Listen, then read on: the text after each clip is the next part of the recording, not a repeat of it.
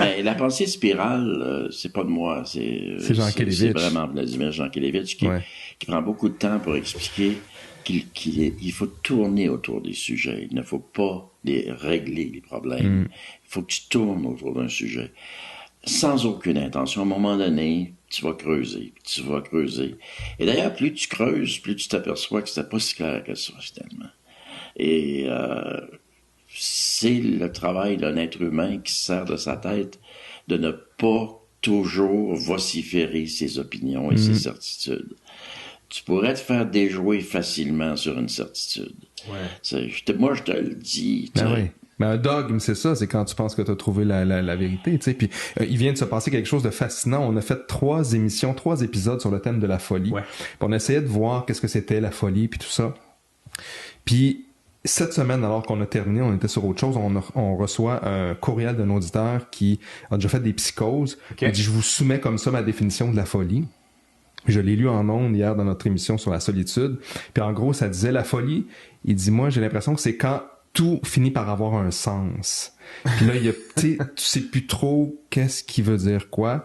Puis j'ai dit à Serge en ondes, c'est spécial, on a passé 3 heures à essayer de trouver une définition qui s'approchait le plus possible de la folie. Puis c'est un auditeur comme ça qui nous l'envoie random plus tard, tu sais. Ah ouais. Puis tu te dis, tourner autour du sujet, c'est ça que ça permet, tu sais. On n'avait pas encapsulé la vérité autour de la folie après 3 épisodes, loin de là. Puis c'est un auditeur dans l'angle mort qui nous envoie ça par courriel. Ben, ça représente tout à fait la réalité. Et lui, cet auditeur-là, finalement, pas s'il a réfléchi, s'il n'a pas réfléchi, il lance ça spontanément, puisqu'il l'a vécu. Ouais. Et là, tu vois une image, tu te dis, oh mon Dieu, c'est vrai. Quelqu'un qui est fou, il voit tout. Il saisit tout, tu sais. Puis tout devient important. Mais tu sais, c'est quelque chose, là, pour une tête, là. Ouais, ça, il y avait une ligne, il dit, quand il n'y a plus rien d'insignifiant, quand tout a un sens, la distorsion du réel est complète, là, tu sais. Ouais. Colin, passer 3 semaines à essayer de trouver une définition. Pour arriver aussi proche que ça. Mais là, c'est un beau cas, là. Ouais. C'est un très beau cas. C'est des choses mais généralement, nos thèmes ne portent pas à une conclusion finale. Mais c'est une leçon, là, tu sais. C'est vraiment une leçon à nous donner, à nous tous. La société est un work in progress tout le temps. Vraiment. Tout le temps. Tu vas pas arriver et tu vas pas régler ce petit problème-là, tu vas le régler. Ben non, tu l'as pas réglé. Tu as arrangé la chose temporairement. Ça va. Tu sais, la loi 21 sur la laïcité. Les gens débattent de ça comme s'il y avait des briques dans les mains. Moi, je suis pauvre, moi, je suis contre, puis il y a ci, puis il y a ça. Si tout le monde relaxait, puis tu dis, on s'en va, tu la regarderas dans 10 ans. Puis on aura revisé ça, fait ça, s'habitué à ça. Tout change et tout s'adapte et tout se transforme. Et le résultat qui s'en vient, on ne sait jamais à l'avance. Mais en même temps, les médias fonctionnent tellement dans le sens contraire de ça. Je pense à une commission que j'aime beaucoup, là, Ferrandez et Taillefer au 98.5. Il y a des sujets qui sont abordés là de façon très intéressante, mais encore là, c'est toujours très polarisé. Ah, mais c'est toujours ça, c'est le débat, c'est la nature du débat. On est une société de débat, mais moi, je trouve ça comme... ça peut être problématique un peu. Mais un débat, ça implique aussi des nuances. Puis comme Serge dit, ça serait... Moi, je me rappelle d'ailleurs quand tu faisais ce genre de chronique-là indicatif présent à l'époque, entre autres avec Jean-Daniel Lafont, je pense, puis Bernard Arcan. Tu sais, c'était pas polarisant. Vous aviez chacun une lecture qui allait dans toutes sortes de directions sur le thème proposé, mais vous arriviez pas à une conclusion. C'est pas une confrontation. Non, c'est ça. Mais aujourd'hui, on est là-dedans. C'est spectaculaire, t'écoutes ça. C'est il y a beaucoup d'émotions. Moi, je reçois des invitations des fois pour aller débattre dans cette perspective-là sur un sujet. Puis je dis, j'ai pas envie de me positionner contre telle affaire. C'est comme contre, mais il faudrait qu'il y ait de la place à la nuance. Ouais, mais on veut vraiment quelqu'un qui occupe la posture du contre. Ça sera pas possible pour moi, désolé. Parce que vous le savez, souvent on reproche aux Québécois ou à la Québécoise de pas être à l'aise avec la confrontation, de pas être à l'aise avec la chicane, de pas être à l'aise avec... Et encore une fois, en arrière scène, les Français qui, eux, savent s'engueuler. Et eux auraient la vertu de faire ça, et nous, on a la non-vertu d'être incompétents là-dedans. Moi, je vais à l'inverse totalement. Je suis contre l'idée de confrontation. Tous nos médias aiment ça, de mettre un qui prend celui... Regarde, Marc Fortier vient de publier quelque chose sur Mathieu Bock-Côté. Alors, tout le monde rêverait de les avoir à la télévision ou à la radio. Ça ferait un bon show, tu sais. Ça ferait un bon show. Ou pas, mais ça ferait un bon show. C'est une blague, là, c'est ça. Mais... Pourquoi faire ça? Puisque tu peux pas dire que Mathieu Bock-Côté n'écrit que des bêtises. Ben non. Mais tu peux critiquer, réfléchir sur certaines de ses postures en disant, mais là, il exagère. Là, il exagère, il y a ci, tout ça. Mais t'as pas dit que ce qui était niaiseux, là. Tu dis juste que pousse le crayon trop fort dans ce sens-là, le trait est un peu trop... Mais le média cherche la confrontation, cherche justement... Et l'inverse, la même chose avec Fortier. Son livre, je l'ai lu, puis moi, j'en ai retenu les qualités littéraires. C'est bizarre. Ce qu'il pense de bon conteur. Ce qu'il pense de Mathieu Bock-Côté, ça devient secondaire. Mais c'est très, très bien écrit. Donc, c'est une découverte pour moi. Mathieu Bock-Côté, c'est un vieux débat là, sur la nostalgie nationaliste du chanoine gros, d'un Québec, identité forte et tout ça. T'as pas été surpris qu'il y en ait un qui se promène avec ce drapeau-là aujourd'hui, il n'y a rien d'anormal là-dedans. Moi, si tu me retournes au chanoine gros, Chris, je m'en vais m'établir au Tennessee. Je change mon nom. Mais je vais te suivre, je pense. Je suis pas surpris. Je suis pas surpris de voir ceci ou cela. Je vais vous conter que l'été passé, j'ai accepté malheureusement de participer à un débat. C'est pas un débat d'échanger avec une vedette française de la télévision qui s'appelle Émeric Caron. Ben oui, je sais c'est qui. Ah ouais, vous avez fait ça? C'est ça. Mon Dieu, lui est bon là-dedans. Émeric Caron est à Montréal. Là, tu vas avoir la version soft, je pense. Moi, j'ai la version... Fait que Émeric Caron est à Montréal. C'est parfait. Métropolis Bleu, les gens me disent ce serait le fun d'avoir vous qui avez écrit Les Bestiaires, de parler avec Émeric Caron qui est contre la cruauté animale, qui est pour la vie, qui est vegan et tout ça. Je trouve ça.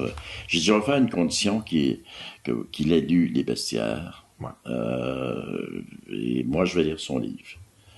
Ben moi, je me suis tapé son livre, puis j'avais d'autres choses à faire. J'ai beaucoup d'autres livres à lire.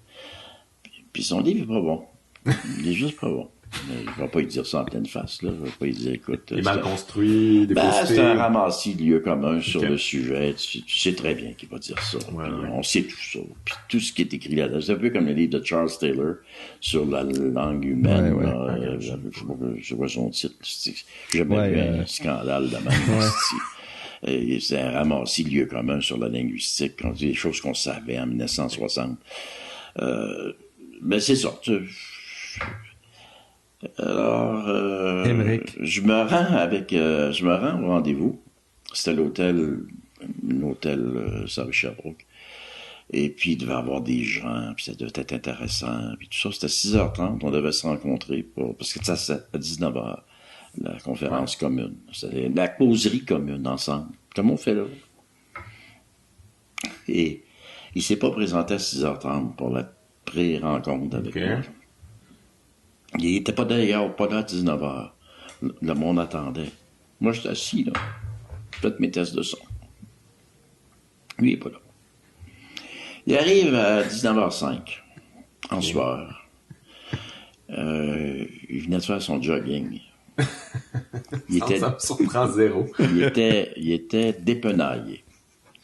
Il sentait la sueur. Puis il était essoufflé parce que c'est manifestement pas un athlète. Il devrait pas courir. Il devrait rester assis.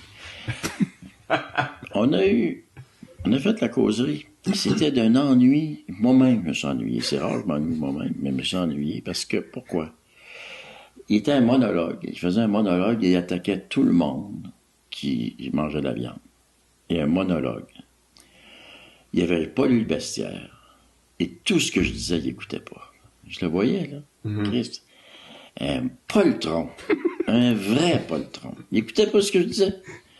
C'est typiquement français, ça. Ouais. Quand ils débattent. La seule différence ce soir-là, c'est que je l'ai pas envoyé chier. S'il l'avait envoyé chier, on avait un débat. Et puis j'aurais dit, t'étais un asti de trou de cul, là, mais encore là, tu aurais-tu compris, il connaît pas cette langue. Il aurait fallu que je dise ça en français, avec des insultes françaises. Puis ça, c'est un effort que je consentirais pas. C'est inutile. Mais lui, il l'avait pris, puis ils l'ont sorti de l'avion, puis ils l'ont rentré à Télé-Québec. Ah oui, t'allais se coltailler avec... Puis ils ont mis Mathieu Bocoté, les deux debout, et pendant... Ça, c'est parfait, les autres. Ils s'entendent. Pendant 8 minutes, ils se sont insultés. Ouais. Tout le monde est content. Ben oui. Mais c'est ça qui est spécial, justement, de ce genre de débat-là, parce que quand tu les écoutes comme fou, c'est pas incarné, c'est pas un échange, c'est des mécaniques à quelque part. Tu t'envoies ta petite grenade, il te retourne, il y a pas, on cherche pas la vérité, il y a pas d'un but commun, c'est juste de s'affronter finalement. Et on cherche rien. On cherche à... Le spectacle? Ben, c'est du spectacle, tu sais, je sais pas. C'est le spectacle, c'est l'intellectuel spectacle. Planter l'autre. D'ailleurs, il y a des termes en France pour dire que quelqu'un a mangé un autre, l'a tué. Là. Sur YouTube, ils appellent ça un clash. Il y a des clashs. Une sorte de terme pour dire que tu as gagné sur l'autre. Mais tu sais, juste cette idée-là de gagner sur l'autre, c'est quoi, t'as atteint la vérité, c'est comme, non, je vais douter de ça, je vais faire l'effort de douter de ce que tu viens de dire, tu penses qu'il est une vérité. Non, moi j'aime mieux, vous avez sur YouTube des scènes choisies sur YouTube, des gens qui sont en train de débattre, surtout des pays de l'Est, puis la bataille pogne physiquement. Ah ouais. Tu sais, tu prends la table, prends la chaise, puis ça. Moi, je serais surtout là. Tu vois, veux-tu un débat? Ta canne. Non, mais prendre ma canne. Le gars, il casse la gueule. Un coup de canne en face à Émeric Caron. Non, mais j'ai trouvé ça tellement méprisant de sa part. C'était odieux, en fait. Il avait pas lui, il était pas intéressé, il était là. Mais il y a beaucoup de ça dans la culture française, cette espèce de tu sais, lui fait partie de ça, c'est un beau gars, les beaux petits cheveux, puis tu sais, très intellectuel spectacle, mais tu sais, il y a ça là, dans cette culture-là, les Éric Zemmour et compagnie. Mais on aime ça, c'est sûr, avec Zemmour. Mais c'est surtout le refus de mettre un contenu dans la pensée, parce que ce que j'y amenais ce soir-là, ça ne l'arrangeait pas. Ouais. Parce que là, il était vegan, puis moi, je parlais des chasseurs inuits. Ben oui, c'est ça. Puis toute la culture de manger de la viande. Chose qu'il aime pas. Pas survivre, pas entendre ça. Non. Utiliser l'animal au complet, le respecter. Avoir tes enfants, regarder les enfants dans les yeux, puis savoir, ils vont-tu manger, ils vont-tu pas manger. Tiens, on a tué un caribou, regardons ça. Ouais. Ça, c'était pas exactement son... ça fait pas partie de sa réflexion. Mais c'est un impensé pour lui, tu sais, sauf que si tu n'acceptes pas d'y penser, justement, ben tout ton argumentaire s'effrite, là, tu sais. Puis c'est surtout ethno-nombriliste. Ben oui, c'est très français de dire que ça fait longtemps que les chasseurs paléolithiques n'existent plus, tu sais. Ça n'existe pas. Mais tu sais, si tu parles d'un fermier autarcique au lac Saint-Jean en 1930...